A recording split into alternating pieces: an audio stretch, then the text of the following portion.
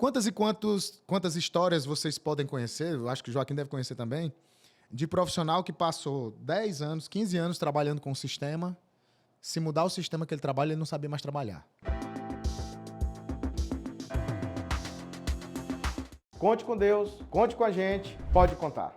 Olá, tudo bem com vocês? Estamos aqui em mais uma edição do nosso Pode Contar e como nós prometemos a você, trouxemos aqui de volta o professor Felipe Guerra.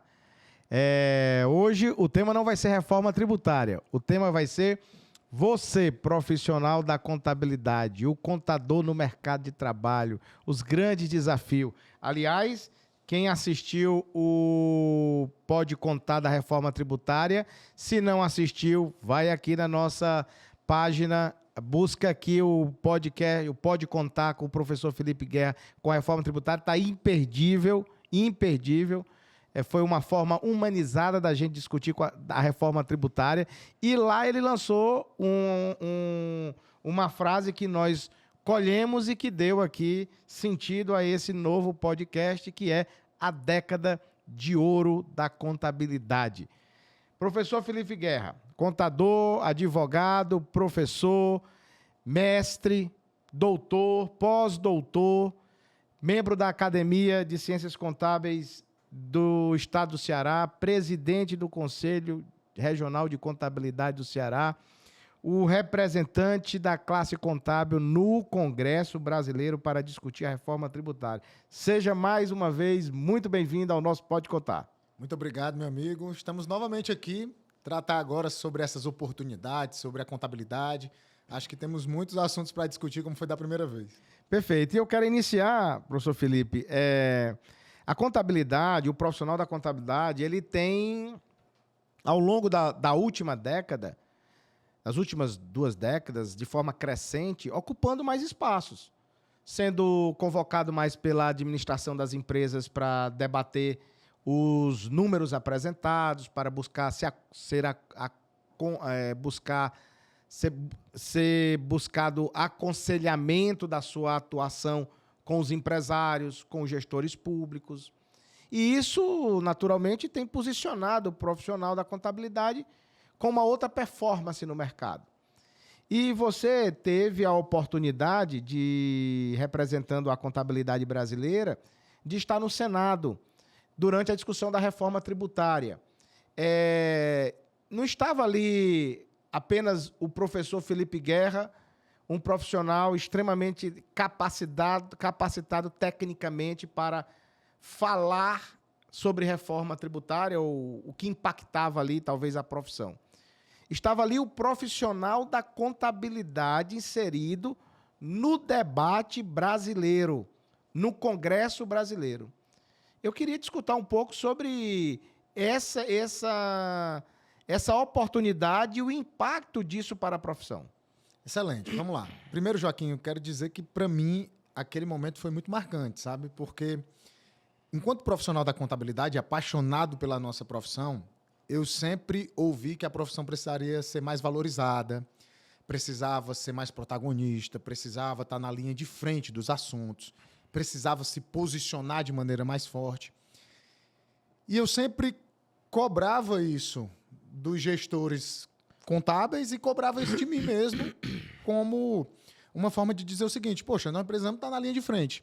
E quando eu tive a oportunidade de vivenciar aquele momento, sobre mim estava uma responsabilidade muito grande, né? Exatamente representar os profissionais numa discussão tão relevante, mas, ao mesmo tempo, eu tinha plena consciência de que o profissional da contabilidade, ele é, né, o mais preparado diante do contexto de formação e de atuação para estar naquela discussão da reforma, e, da mesma forma, ele é, sim, um profissional de extrema relevância em muitas outras discussões. Então, eu acredito que, primeiro, um sentimento muito forte de que nós estávamos ocupando um local e uma oportunidade que nós precisávamos replicá-la em outras esferas. Então, por exemplo, na minha mente já tinha muito forte naquele momento: poxa, daqui a pouco nós vamos estar discutindo aqui a questão da lei de responsabilidade fiscal. Nós vamos estar discutindo aqui o processo administrativo tributário. A gente precisa discutir aqui a questão da reformulação do Código Civil enquanto profissionais da contabilidade. E o sentimento que eu percebi no Congresso é que os profissionais da contabilidade estavam sendo enxergados de outra forma. Estavam sendo enxergados, de fato, como alguém que tinha algo a dizer além do operacional. E isso, para mim, foi muito marcante. E se confirmou isso na repercussão daquele momento. Eu recebi mensagens de empresários, eu recebi mensagens de profissionais de outras formações, dizendo o seguinte, cara, eu não imaginava ver um contador ocupando aquele espaço de discussão, com aquela representatividade, né, com o posicionamento que vocês tiveram, porque o nosso posicionamento ali era defendendo a micro e pequena empresa, falando sobre o Simples Nacional, era defendendo as empresas no que diz respeito a não serem multadas de forma exorbitante, era defendendo o ambiente de negócios da nossa nação. Então, para muita gente, caiu a ficha de pensar o seguinte, poxa, de fato o contador é relevante nisso tudo. Então, para mim, foi muito honroso estar ali naquela oportunidade e acredito, sim, que nós colhemos e que vamos colher excelentes frutos disso. Então, veja só, o Brasil tem 22 milhões de empresas, 93% destas empresas são micro e pequenas empresas e não há ninguém que tenha, nenhum profissional que tenha uma capacidade maior de lidar com as empresas em seu contexto macro, porque está inserido em todas as transações, está inserido nas análises financeiras, análises técnicas, análises não financeiras, gerenciais, do que o profissional da contabilidade. E ter a oportunidade de estar no debate da construção legislativa do país dá uma segurança para a sociedade. E é assim que a sociedade tem que ver o profissional da contabilidade, com algo que possa, com alguém, com uma entidade que possa também representá-lo nas defesas de suas garantias. Né? Então, assim, foi muito importante, realmente. Eu acho que o profissional da contabilidade tem acompanhado, tem participado cada vez mais dos debates. É assim na reforma eleitoral, nós estamos inseridos nas audiências públicas da reforma eleitoral. Você falou aqui no novo Código Civil, nós já temos uma articulação interna lá. É o profissional da contabilidade também para se inserir no debate, porque o Código Civil trata de uma série de questões da vida civil e comercial também, né? Por muito tempo, nosso Código Comercial era muito antigo, então por muito tempo o Código Civil foi regulando uma série de questões em relação à parte comercial, aduaneira e etc.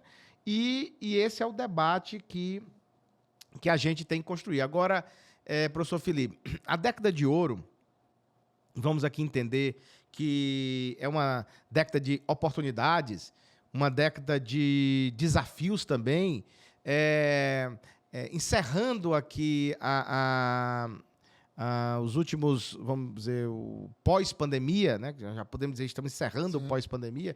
Então, encerrando o pós-pandemia, se aflorou aquele debate de que a tecnologia iria tomar o espaço da contabilidade, que a tecnologia iria, por si só, com a inteligência artificial, resolver os problemas operacionais das empresas.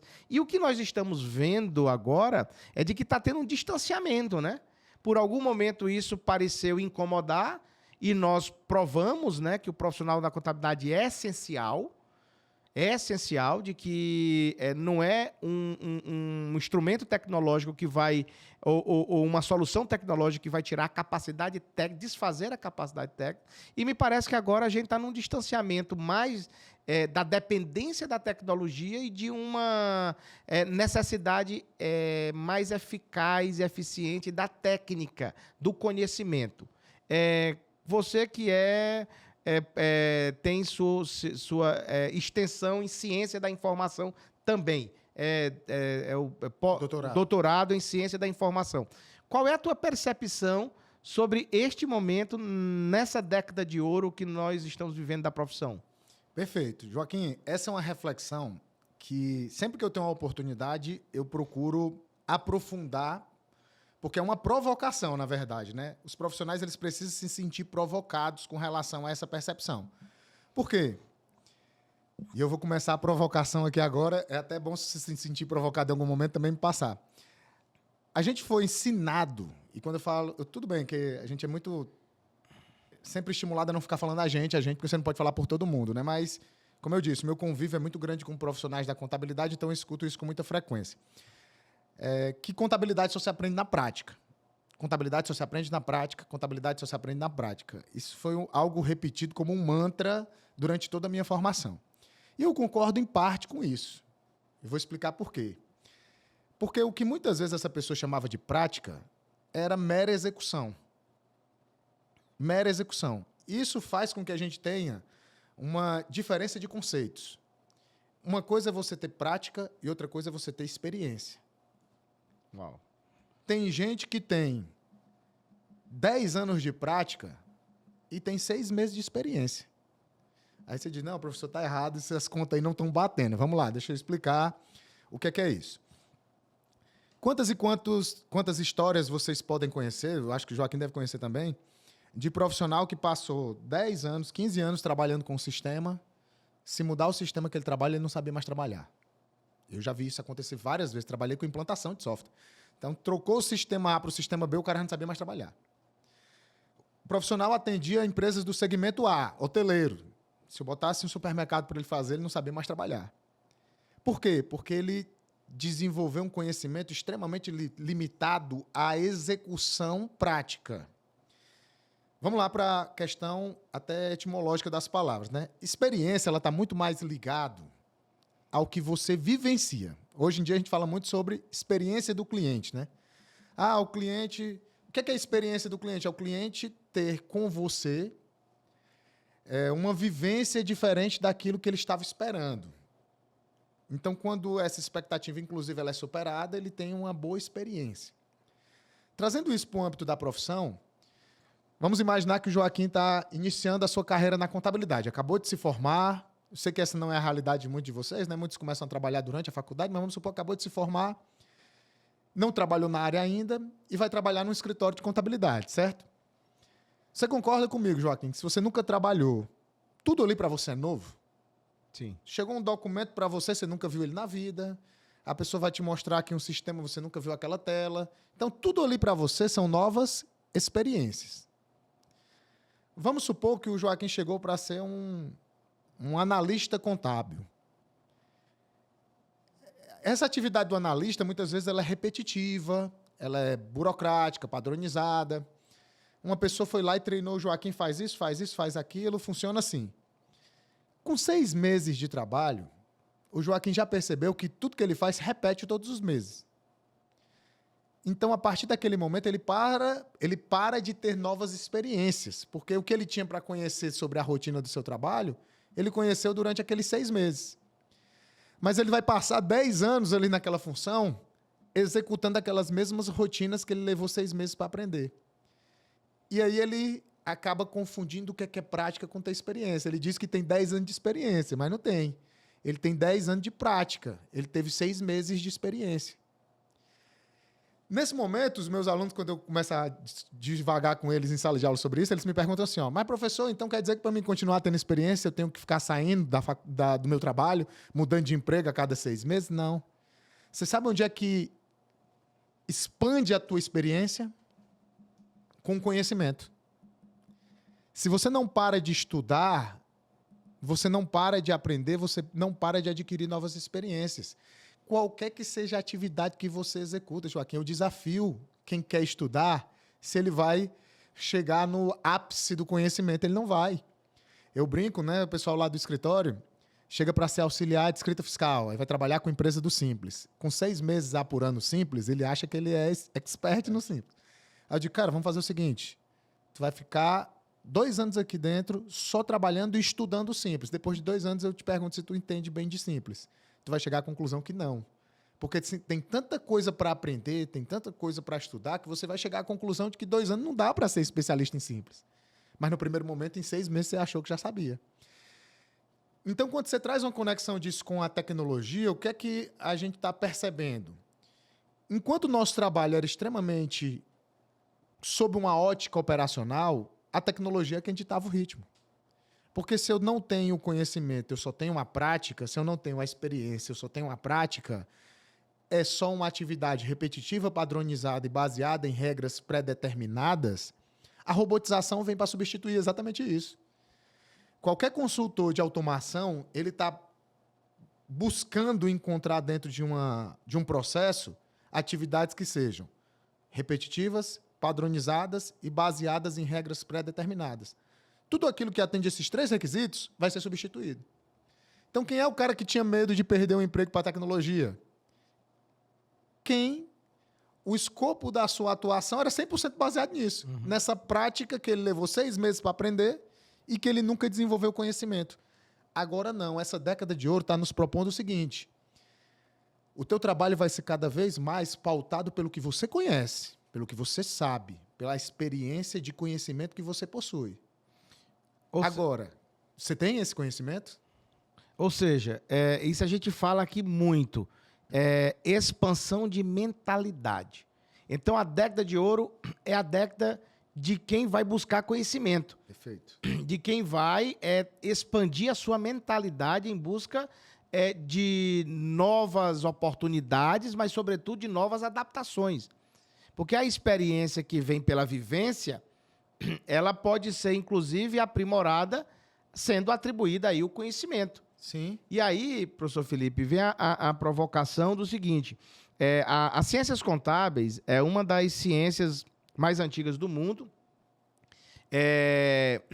Nos estudos bíblicos, nós temos diversas aparições da contabilidade enquanto técnica de registro, de controle patrimonial, de salvaguarda patrimonial. Quando a gente vai para pré-história, para a história, se for lá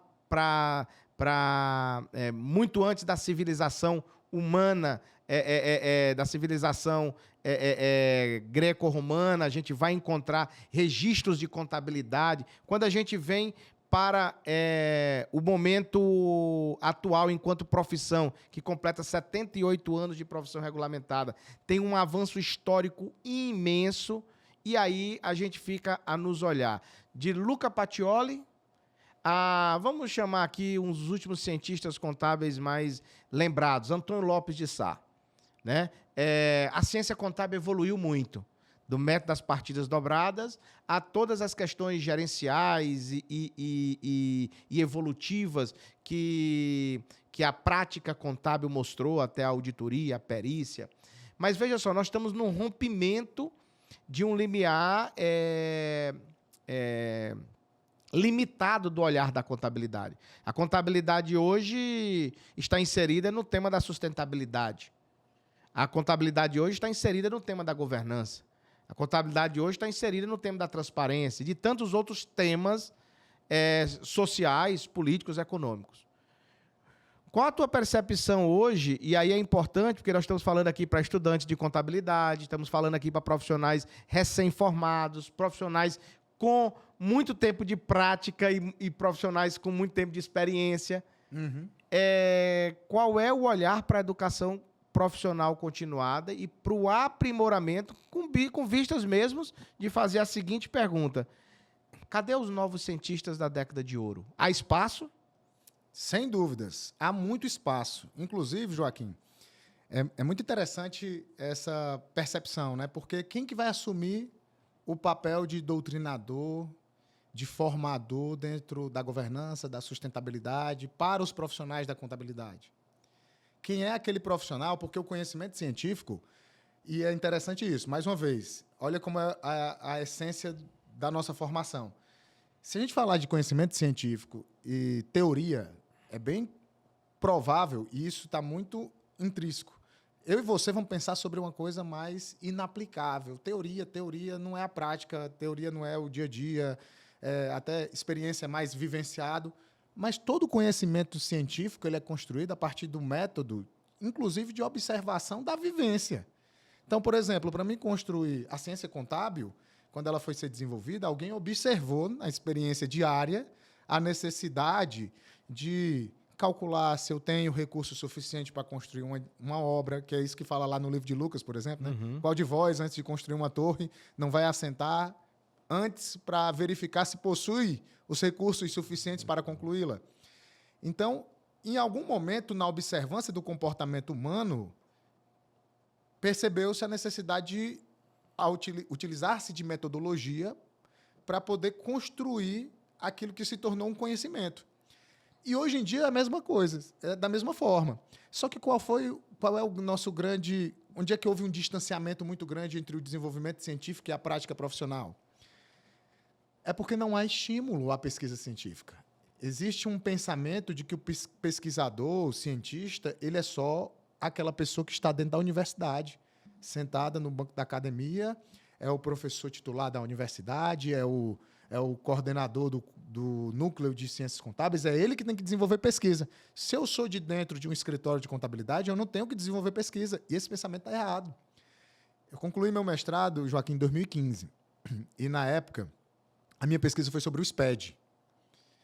Meu amigo, não tinha literatura para a gente desenvolver, não tinha pesquisa científica mais robusta sobre o SPED. A minha pergunta era uma pergunta muito simples, que quem já estava trabalhando na área até conseguia responder de forma empírica. Era, tá, quais são as competências necessárias para implantar o SPED? Era essa a pergunta. Quais são as competências? O desenvolvimento científico ainda não tinha respondido essa pergunta. Quando a gente começou a pesquisar e responder, nós vimos que, olha só, se nós tivéssemos feito essa pesquisa antes, um monte de gente não teria quebrado a cabeça para implantar o SPED, porque já sabia o que precisaria ter antes de implementá-lo. Então, há muito espaço para o desenvolvimento científico. A gente só precisa popularizar isso. A gente precisa, talvez, tirar esse estigma de que escrever um livro ou publicar um artigo é uma coisa 100% acadêmica e que, para quem está no mercado, isso é perca de tempo.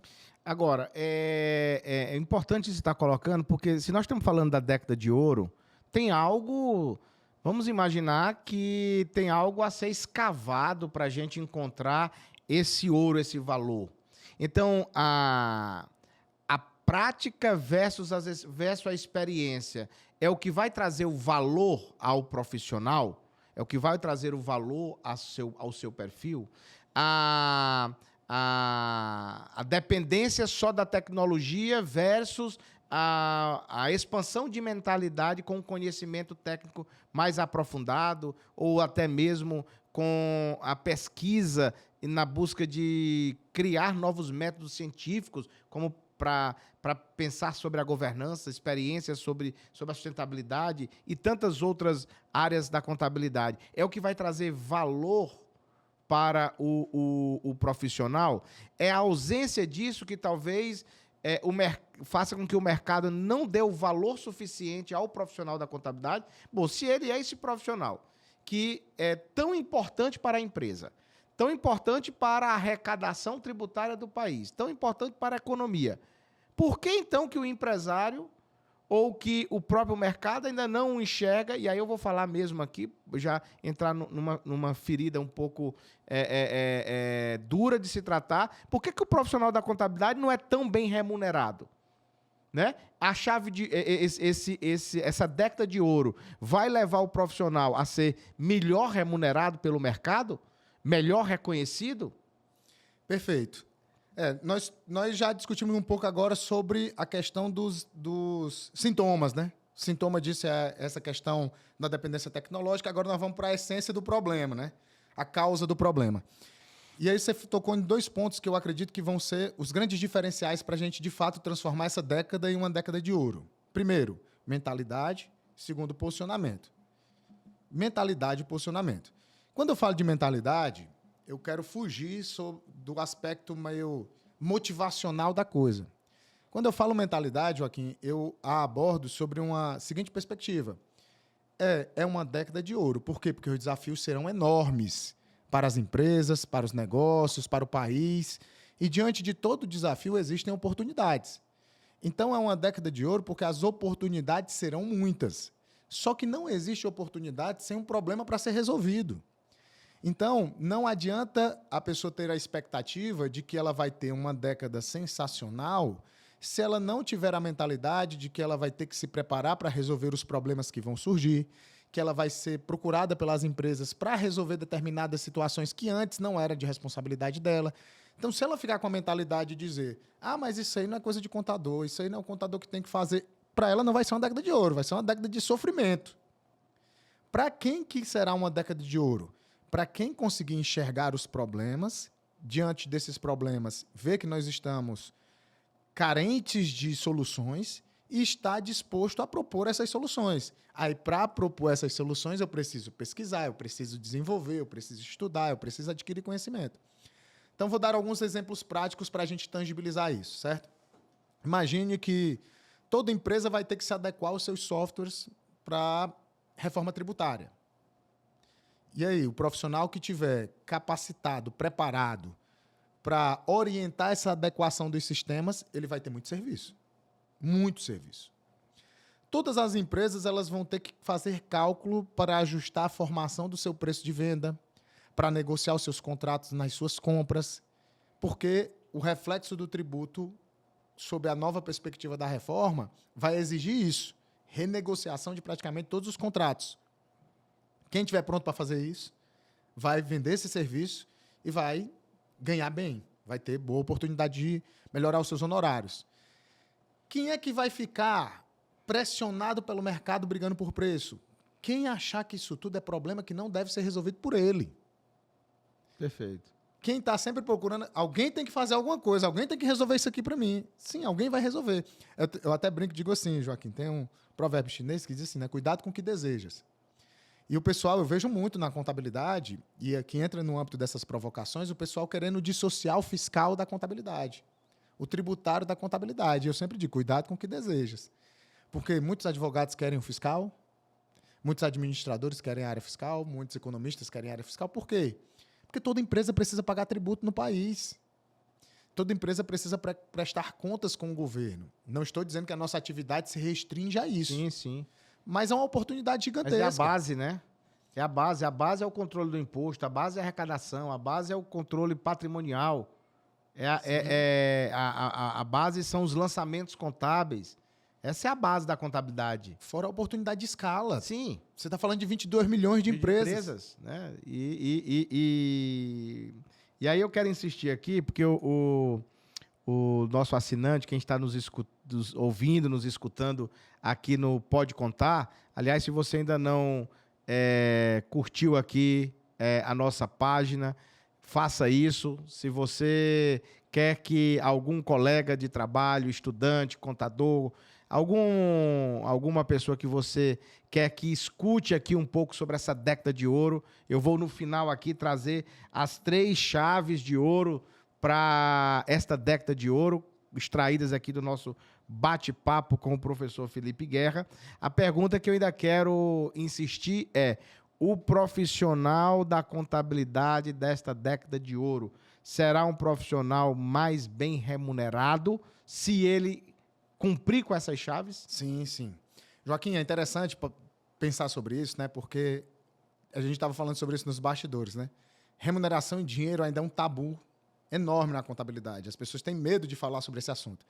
Parece que é errado você ser bem remunerado. Até brinco que o contador, muitas vezes, eu converso com eles falam como se estivesse reclamando, certo? Mas ele está falando com muito orgulho. Ele fala assim, ó, rapaz, estou trabalhando demais. Sábado, domingo, feriado, não tem uma folga. Ele fala porque parece que na cabeça dele está condicionado que ele só pode justificar ganhar bem se ele estiver trabalhando dessa forma. E muitas vezes, quando ele é confrontado com uma realidade diferente, ele não acredita e ele acha que está errado. Então, eu costumo dizer muito para os contadores que eu convivo, a coisa mais rara do mundo é receber uma ligação de cliente. Eu sou empresário contábil há 13 anos. A coisa mais rara do mundo é receber uma ligação de cliente. Não estou dizendo que alguém não recebe. Alguém vai receber. Alguém vai receber a reclamação, alguém vai receber a ligação, alguém vai receber a demanda. Mas isso é definido através de processo. Então, assim, o contador ele pode e deve se empoderar do sentimento de que ele vai ganhar mais e que ele pode ganhar mais. Hoje eu conheço muitos contadores milionários, muitos contadores que andam de carro importado, muitos contadores que viajam várias vezes por ano. E isso não pode ser um tabu, não pode ser, não posso desejar isso para a minha vida, não posso querer isso, ou isso é só para A, B ou C. Não, isso é para todos que estiverem enxergando que a gente está diante de uma década de oportunidades. Então, se eu estiver consciente de que é uma década de oportunidades, se eu estiver preparado, apto para aproveitar essas oportunidades, eu vou aumentar meus honorários. Eu vivencio isso, Joaquim, diariamente. Diariamente. Empresários que pagavam X aos seus contadores e vêm trabalhar com a gente pagando 2 vezes X ou 3 vezes X. Aí, quando eu digo isso, algumas pessoas sempre olham e dizem, professor, mas é fácil o senhor dizer isso, porque é o senhor. Eu digo, cara, eu comecei na contabilidade sozinho, eu não tenho nenhum parente contador, nem para dizer assim, minha referência era essa pessoa aqui. Muitas das vezes, quando me perguntam quem eram minhas referências durante a faculdade, só eram meus professores, que eu não conhecia outros contadores. Sim. Então, mas é uma questão de posicionamento e de você entender a importância do que você faz. Aí eu já deixo um desafio para quem nos assiste aqui, Joaquim, para ver se a pessoa ela vai ser um dos que vão ganhar mais com a década de ouro ou não. Anotem no papel aí, se desafiem a fazer isso. 5 soluções, 5 trabalhos que você desenvolve que ou gera dinheiro para a empresa ou diminui risco para a empresa. Mas não vale dizer assim, não, eu apuro o imposto bem que só. Uhum. Não vale, porque isso aí é commodity. Sim. Contador A, o B, o C e o D tem que estar apurando direito. Mas onde é que do teu trabalho você consegue fazer com que a empresa economize dinheiro, ou seja, você traz dinheiro para o bolso dela, ou você faz com que ela não desembolse por conta de risco, ela não perca dinheiro de forma errada. Se você conseguir elencar 5 soluções dessa no papel, você precisa cobrar bem por elas. Perfeito. Então, dentro da década de ouro, só para a gente concluir aqui esse raciocínio, o contador ele vai ter a oportunidade de cobrar mais pelos seus serviços, ele vai ter a oportunidade de escolher melhor para quem ele quer trabalhar, mas ele vai precisar ter coragem para fazer isso, Joaquim. Coragem. Essa é a palavra que a gente quer direcionar para você, profissional da contabilidade. Ser com capacidade, talvez seja uma das profissões mais interdisciplinar que existe, porque durante a formação da contabilidade se estuda economia, se estuda administração, se estuda direito, se estuda psicologia, se estuda sociologia, se estuda meio ambiente.